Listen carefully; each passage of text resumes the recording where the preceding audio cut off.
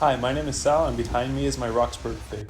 Today I'm going to be showing you how I've been cloning this tree with a process known as air layering. Air layering is a simple process, however it can be quite delicate. The most crucial part of air layering is setting up your air layers right in the beginning of spring or early summer. These beautiful figs are native to South and Southeastern Asia. They are typically eaten raw, made into jams, or fed to livestock. As you can see here, this cutting is perfectly rooted and ready to go into a pot. With the air layering process, it only took about a month or so for these roots to develop after we stripped back some bark and covered that section with a little bit of rooting hormone, fresh soil, and some plastic to keep it all together. So this is our second set of air layers from this tree. Our first set was very successful and we had about an 80% success rate, with only about 20% of the trees failing to take root. However, I'm very happy with that turnout. One thing I would like to note about using this tree as a mother tree for our air layers is that the fruit production has diminished substantially.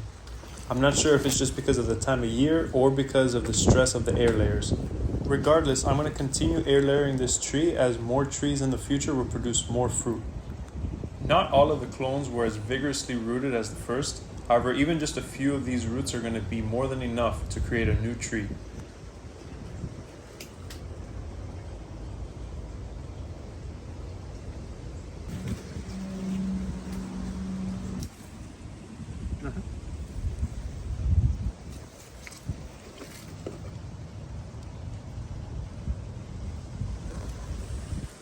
Through experience, I've learned that using smaller pots to start the air layers is best. It seems like the roots like the confinement of a smaller pot in order to establish themselves. I hand formulated this special soil mix for these air layers, including coconut, peat, perlite, worm castings, and some mushroom compost. Additionally, I also added some amendments such as rock dust and mycorrhizal fungi to really establish these roots.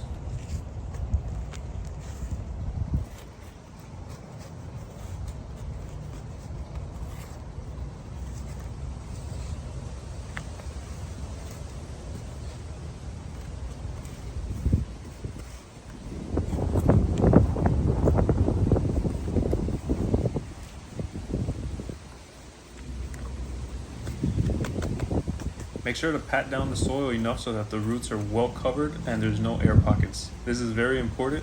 However, too much packing can be detrimental as well, so don't overpack. And there it is, a brand new Roxburgh fig plant, an exact clone of the mother. Now, in order to save space on our small homestead, we're actually putting these plants right underneath the mother as it's going to act like a greenhouse. Just look how dense the canopy has gotten.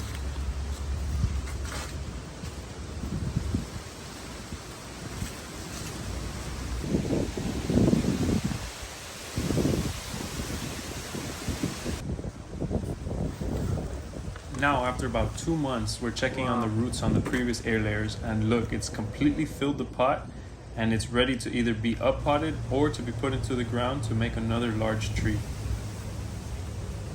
These Roxburgh trees work great in almost any tropical landscape. They prefer moist but well-drained soils and turn into very large canopy trees. When air layering, you can use any type of plastic. The plastic is used to hold the soil up against the bark. This creates a perfect environment for the tree to begin throwing new roots and creating what is now a new tree.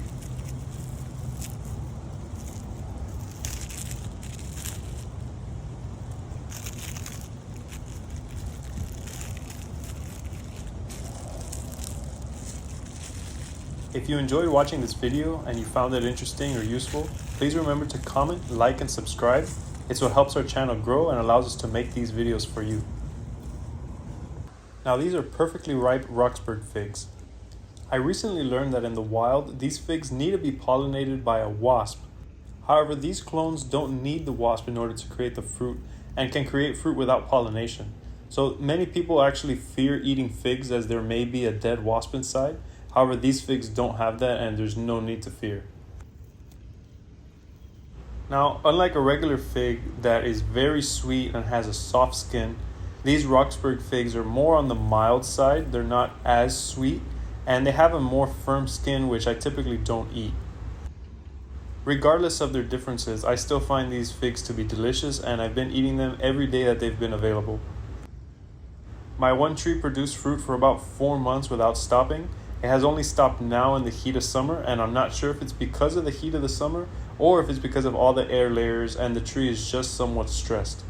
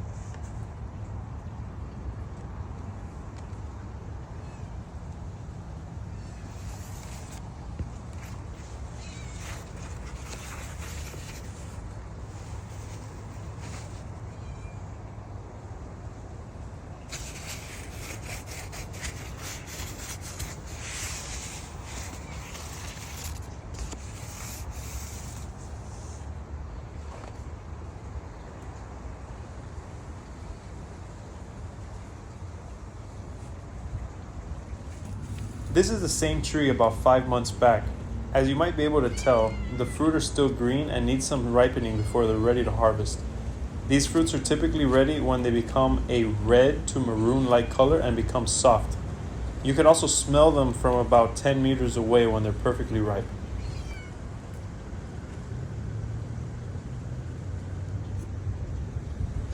A special thank you for everyone who stuck around and watched the entire video. Please remember to like, subscribe, and comment, and let us know what other type of content should we create for you. Thanks again.